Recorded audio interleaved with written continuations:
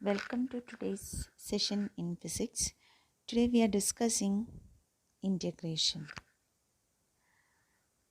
We will start with a fundamental rule in integration. Integral x raised to n dx is equal to x raised to n plus 1 by n plus 1. As you can see, one example. So this result you have to by heart. Integral x raised to n dx is equal to x raised to n plus 1 by n plus 1. So first example, here we have integral 1 to 2 x square dx is equal to. So here in the place of n we have 2. So the result of integration will be x raised to 2 plus 1 by 2 plus 1.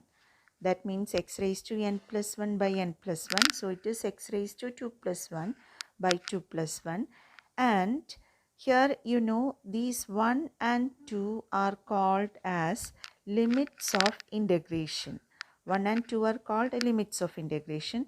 So after performing integration, we have to apply the limits. How to write the limit? This is how you have to write the limits. That means you have to write the limits like this after integration 1 and 2. Now simplifying the result of integration, we have x cubed by 3.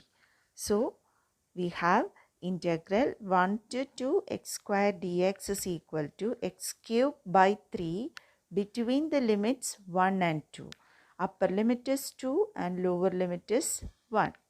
In the next step, we are applying the limits. First, you have to apply the upper limit.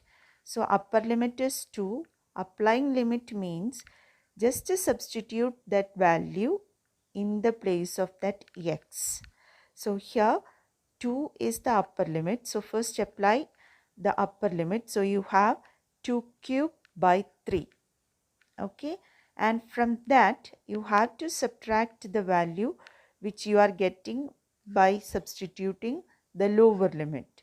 That means in short, by applying limits you have 2 cubed by 3 minus 1 cubed by 3. So 2 cube is 8, 8 by 3 minus 1 by 3, that is 7 by 3. Now coming to next example, integral 0 to 2 x square plus 2 dx. So integral 0 to 2 x square dx plus 2 dx. That means we have just distributed that integration. So integration symbol and that dx is a part of integration, that symbol itself. Okay, so we have distributed that integration. Now we have to do the integration for the two terms, that means x square and 2. When we integrate x square, we have, as we discussed earlier, integral x raised to n dx is x cubed by 3 or x raised to n plus 1 by n plus 1. So we have x cubed by 3 and 2 dx. When you do 2 dx, actually integral 2 dx, it is the same as 2 into integral dx. And integral dx is the same as, you can see integral dx can be written as integral x raised to 0 dx. Okay, so when you integrate this in the place of n, you will have 0. So x raised to 0 plus 1 divided by 0 plus 1. So 0 plus 1 means 1. So it is x by 1, or in short it is x, or we can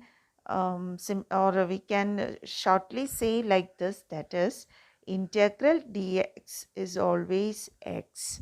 So this is a result you should keep in mind. So integral 2 dx, it becomes 2x. Integral 3 dx, it becomes 3x. Likewise it comes. Okay, so here by integrating x square and 2, we have x cube by 3 plus 2x. That itself between the limits 0 and 2. So here applying the limits, we have the upper limit as 2 and lower limit 0. So first applying the upper limit, we have 2 cube by 3 plus 2 into 2. That means in the place of x, we have just substituted 2 minus. Then you have to apply the lower limit. Here the lower limit is 0. So 0 by 3 plus 2 into 0. So that second term, that means applying the lower limit, you will have the value to be 0.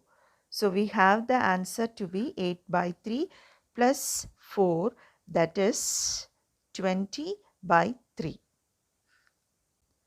One more example for integration we will discuss, that is integral 1 to 4 x raised to 3 plus 1 dx. So here we have in single step itself, we'll try to write the result of this integration. It will be x raised to 4 by 4 plus x, because integral dx is x, that between the limits 1 and 4.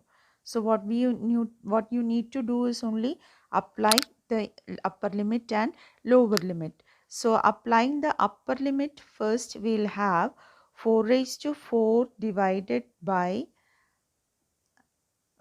4 plus 4, that is by applying upper limit, that minus lower limit is 1. So 1 raised to 4 by 4 plus 1. Now 4 raised to 4 by 4 is 4 raised to 3. 4 raised to 3 is 64. 64 plus 4 is 68, that minus 1 raised to 4 is 1, 1 by 4 plus 1. 1 by 4 plus 1, it is 5 by 4. So the result, it reduces to 68 minus 5 by 4. So this you can do and simplify and write the answer in your notebook.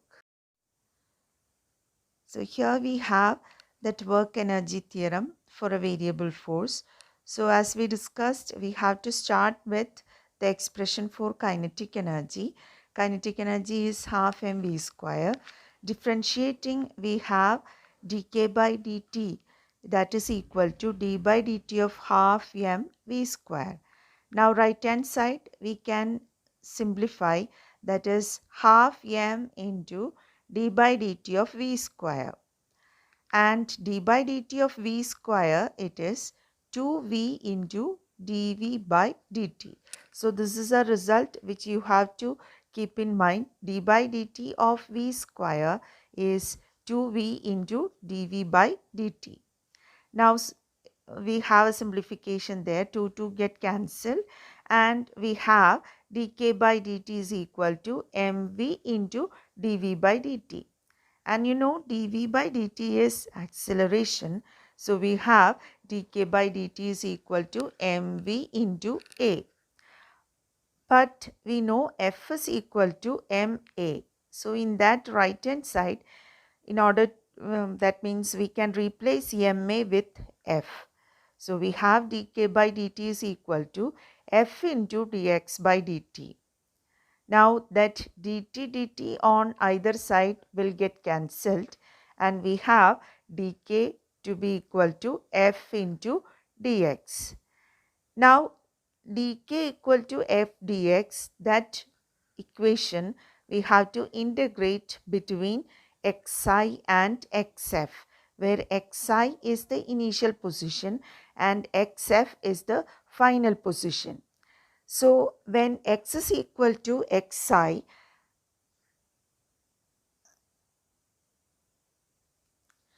when x is equal to xi, the initial position, we can say the kinetic energy to be ki, and When x is equal to xf, that means at the final position, we can say the kinetic energy is kf.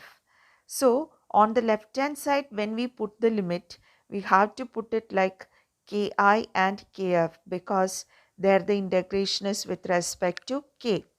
So we have integral ki to kf dk is equal to integral xi to xf f dx. Okay, so by integrating dk, I told integral dx is x. So integral dk is what? K.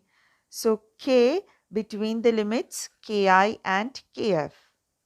Now coming to the right hand side is familiar to you, that is integral xi to xf f dx, that is work done by a variable force. So that right hand side can be replaced by work done, that w, and k between the limits ki and kf, it changes to kf minus ki. Therefore, we have the result as kf minus ki is equal to w. That is nothing but work energy theorem. Work done by the applied force on a body, that is equal to the change in its kinetic energy. That is what is work energy theorem.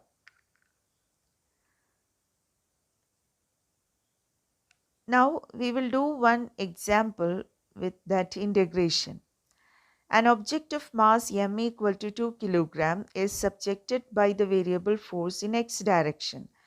The force varies as per the function fx is equal to 3 plus 0.2 x Newton. So here force as a function of x is given. Find the work done by the force in moving the object from x equal to 0 to x equal to 5. So this question is a direct substitution one. Here you have to use the expression work done by a variable force is equal to integral xi to xf f dx. Here f is what? 3 plus 0.2x, and xi is 0 and xf is 5. So just substituting in that expression, we have the step like this, that is integral 0 to 5 3 plus point x dx. Now we have to perform the integration. While performing integration, we will get the result of integration as 3x raised to 1 by 1, so that is 3x plus 0.2 into x square by 2 by integrating. I'm not explaining in detail. We have already discussed how to do the integration here.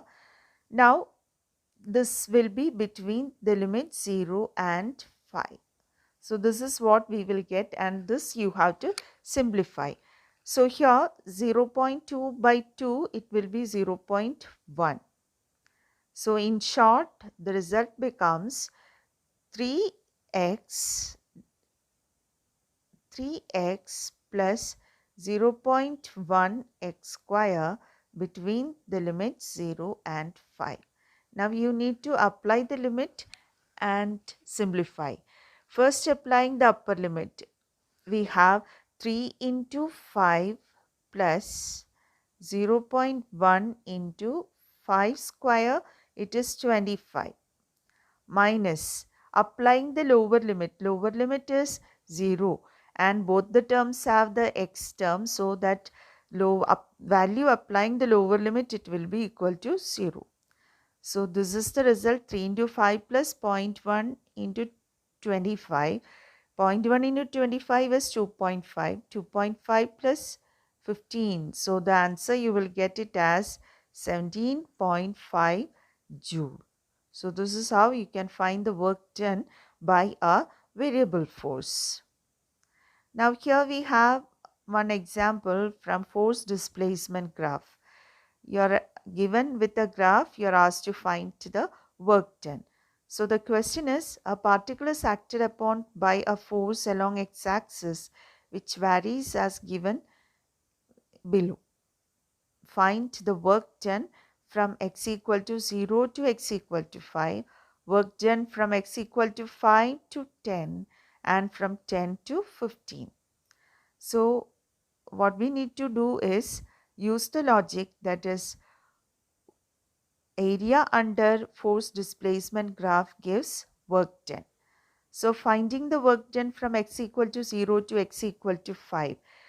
Considering that we have the portion to be like this, that means when we find the area, it becomes the triangle. We need to find the area of that triangle. And in the second case, x equal to 5 to 10. So that area becomes a rectangle, 5 to 10. This is that rectangle. We have to find the area. And for the last case, 10 to 15, that again comes as the triangle. We have to find the area of the triangle. So we'll be obtaining the answers as from 0 to 5, we have half into 300 into 5, that is 750 Newton. And for from x equal to 5 to 10, it is rectangle length into breadth, 300 into 5, 1500 Newton. And for the last part, x equal to 10 to 15, again this triangle, that is half into 300 into 5, 750 Newton. So this is how you can find the what work done from force displacement graph. That means area under force displacement graph gives you the work done. So with that, we conclude today's lesson. Thank you.